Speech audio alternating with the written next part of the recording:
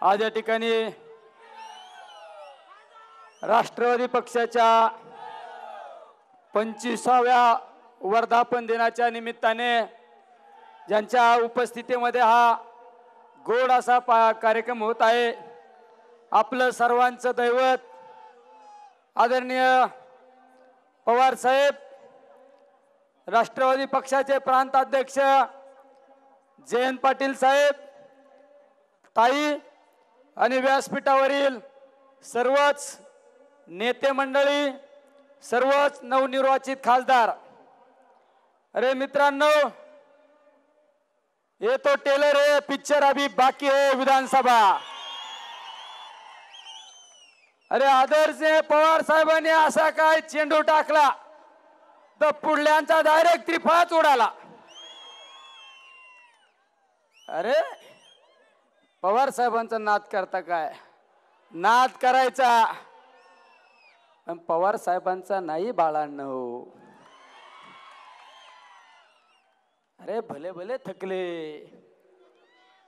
त्यामुळे सगळ्यांना विनंती आहे, आता मुंबईवर झेंडा आणि डायरेक्ट बहुमतानीच असा खटका पडला पाहिजे ना, तर डायरेक्ट पवार साहेबांचा झेंडा डायरेक्ट मुंबईवर विधानसभेमध्ये फडकला पाहिजे। नुसतं शिट्ट्या मारल्या घोषणा देऊन जुळत नाही। आजच प्रचाराचा नारळ फुटला पाहिजे ना आपल्या विधानसभेच्या निवडणुकीचा, आणि सगळ्यांनी जाताना खुणगाठ बांधायची। मी माझ्या मतदारसंघातला उमेदवार निवडून आणल्याशिवाय मी स्वस्थ बसणार नाही, ही सगळ्यांनी खुणगाठ बांधायची। त्यात मी सुद्धा असणार आहे।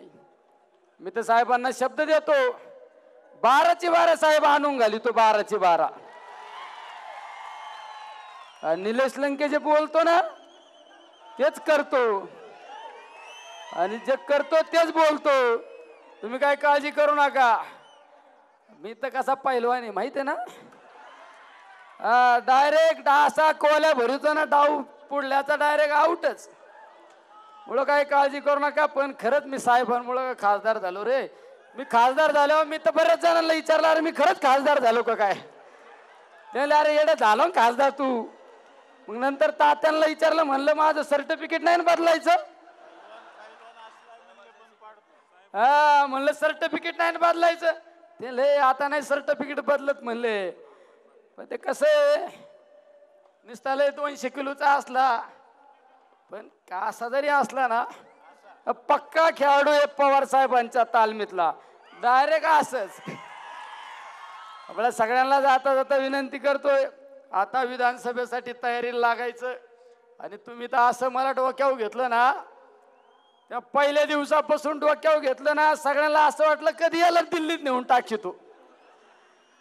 आता दिल्लीत आम्हाला पाठवलं ना 8 जणांना, बघा आम्ही पण कसं काम करून दाखवतो। संसदेत नाही शेतकऱ्यांना न्याय दिला ना, तर बंदच पाडतो संसद आम्ही। हे तर आमचं कसं आहे, आमचं काम हटके। काय फरक पडतोय शेतकऱ्यांसाठी?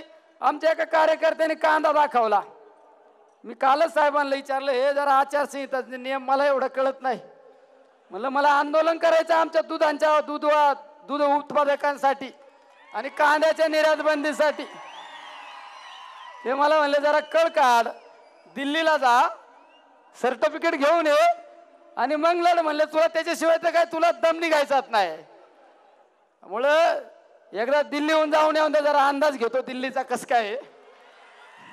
निम्मा अंदाज घेतलाय मी इकूनच, कसं जायचं, कुठल्या मार्गे जायचं, पण बरोबर करीत असतो, काळजी करू नका।